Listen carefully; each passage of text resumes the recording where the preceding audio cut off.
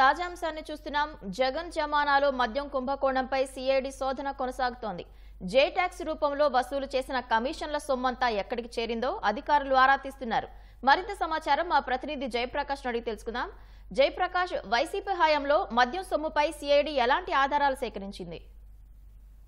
పవిత్ర 2 రోజుల కిందట మద్యం కుంభకోణంలో జరిగినటువంటి విషయాలు, అదే ఏ విధంగా ఈ కుంభకోణం జరిగింది, ఈ మద్యం కుంభకోణంలో కమిషన్ ఎవరెవరు ఎంతెంత తీసుకున్నారు, ఈ సొమ్ము ఎవరికి చేరింది అనే విషయాలపైన సిఐడి పూర్తి స్థాయి దర్యాప్తు చేపడుతుంది. దీనికి సంబంధించి ప్రాథమిక నివేదికను 2 రోజుల కిందటే ప్రభుత్వానికి ఇచ్చింది. అందులో కొన్ని ప్రధానమైనటువంటి అంశాలు పేర్కొంది.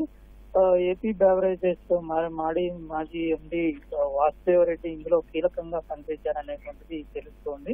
ఇందులో ఆయన ప్రత్యేక వ్యవస్థ ఏర్పాటు చేసుకొని దీనికి సంబంధించినటువంటి లావాదేవీలు జరిపారనేటువంటిది ప్రధానంగా తెలుస్తోంది. ఇందులో ఈ కుంభకోణంలో ప్రధానంగా చూసుకున్నట్లయితే ఒక్కో మద్యానికి కేసుకి సంబంధించి 200 చొప్పున, బీర్ కేసుకి 50 రూపాయల చొప్పున కమిషన్లు పొందారని సిఐడి ఇప్పటికే గుర్తించింది.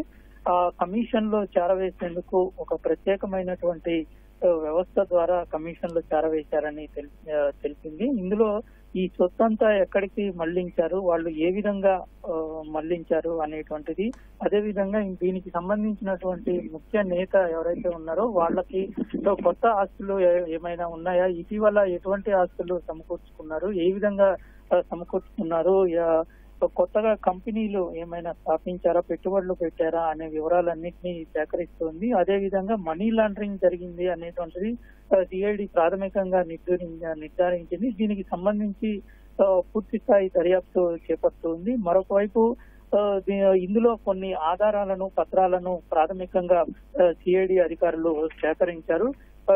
డిస్టిలరీ యజమానుల విచారణలో కొన్ని విషయాలు వెలుగు చూసినట్లు నివేదికలో పేర్కొన్నారు. మరొక వైపు మాజీ ఎండి, ఏపీ బెవరేజెస్ మాజీ ఎండి వాసుదేవ రెడ్డి భార్య పేరు మీద 40 ఎకరాలు ఉన్నట్లు, జగ్గైపేటలో 40 ఎకరాలు ఉన్నట్లు గుర్తించారు. ఇది మామ పుల్లారెడ్డి నుంచి గిఫ్ట్ రూపంలో భూమి వచ్చిందని సిఐడి గుర్తించింది. అదే విధంగా ఇప్పటికే మనకి తెలిసిన విషయమే, సిఐడి వాసుదేవ రెడ్డి పైన ఒక కేసు కూడా నమోదు చేసింది. అందులో ప్రధానంగా చూసుకున్నట్లయితే ఆ కేసులో ముఖ్యంగా దీనికి సంబంధించి మద్యం కొనుగోలు, విక్రయాలు, వీటన్నిటికీ సంబంధించిన ఆధారాలు మాయం చేశారనేటువంటి కేసు కూడా నమోదు చేసి దాంట్లో దర్యాప్తు జరుగుతుంది.